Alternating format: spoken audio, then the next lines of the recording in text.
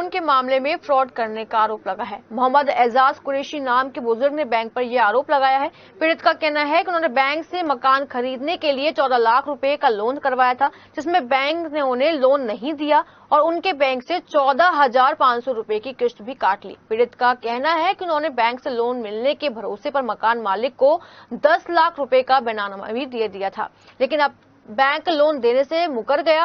पीड़ित के साथ आए अजय जैन का कहना है कि पीड़ित को लोन देने की एवज में बैंक 1 लाख रुपए की डिमांड कर रहा है, जबकि सभी डॉक्यूमेंट्स और फॉर्मेलिटी पूरे होने पर बैंक ने उन्हें लोन देने का वादा दिया था। ये एजाज अंकल जी हैं हमारे, इनका लोन डीसीबी बैंक से हुआ था। डीसीबी बैंक में इनका लोन सैंक्शन हो गया था। जो बैंक का अपना एक डॉकेट होता है, एग्रीमेंट होता है, वो पूरा साइन करा गया। उस एग्रीमेंट के साथ 13,000 रुपए के स्टैंप मंगाए गए थे, वो भी बैंक में जमा हो गए। सब चीज होने के बाद इनके अकाउंट से 5 तारीख को ईएमआई भी काट ली। 14,500 या 14,000 के समथिंग थी ईएमआई काट ली। उसके ईएमआई कटने के बाद बैंक वाले बोल रहे हैं कि आपका लोन तो कैंसिल हो गया है। ये हमारे साथ फ्रॉडबाजी करी गई है बैंक के कहने पे ही, जिससे ये बाबूजी मकान खरीद रहे थे, उससे इन्होंने 10 लाख रुपए बाबूजी ने अपने अकाउंट से उसको ट्रांसफर कर दिए।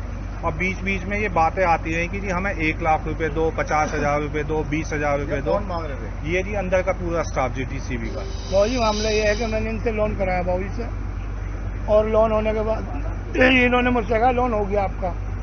मैंने ये मकानदार पैसे मांग रहा है, उसे पैसे देने मुझे जो दे दो।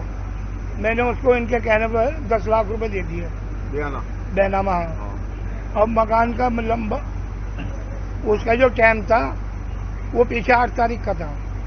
अब 8 तारीख गुजर के उसकी खुशामद करके उससे 20 दिन और लिए, 30 तारीख तक का टाइम लिया उससे। इन्होंने मुझसे कहा कि 30 तारीख तक आपका पैसे वो मिल जाएगा, आपका 30 तारीख में मकान लिखा जाएगा। लेकिन वो 30 में गया, आज 2 तारीख हो गई, नहीं लिखा गया। अब यहाँ तो लोग कह रहे हैं जी तुम्हारा कैंसिल हो गया लोन। अब मेरे तो वहाँ 10 लाख रुपए मर जाएंगे। वो क्या कह रहे हैं? वो तो उन्होंने तो ये कहा था जी ये पैसे आप मुझे दे रहे हैं और आपका टाइम खत्म हो 8 तारीख तक का है। अगर 8 तारीख में आपने मुझे पैसे वो मकान नहीं लिखवाया तो आपका बैनामा खत्म है।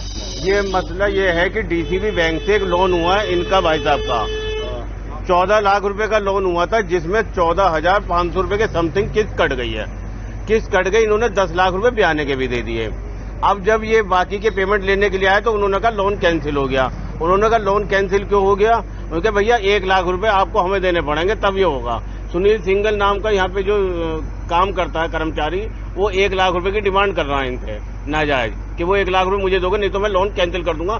जिस लोन की किस्त कट गई हो, लोन हो गया हो, 2 जगह से इन्होंने उसकी लीगल वैल्यू करा ली, वो कैंसिल कैसे हो सकता है? हमारी मांग ये है केवल जो इनका लोन सैंक्शन हो चुका है वो इनके बैनामा कराया जाए और इनकी पेमेंट दी जाए। बैंक के मैनेजर ये कह रहे हैं हम ऊपर बात करेंगे, ऊपर बात करते हैं, जैसे जो भी है। अभी कोई हमें संतोषपूर्ण जवाब नहीं मिला। थाने जाएंगे, सिविल लाइन थाने, और इन पे मुकदमा दर्ज कराएंगे।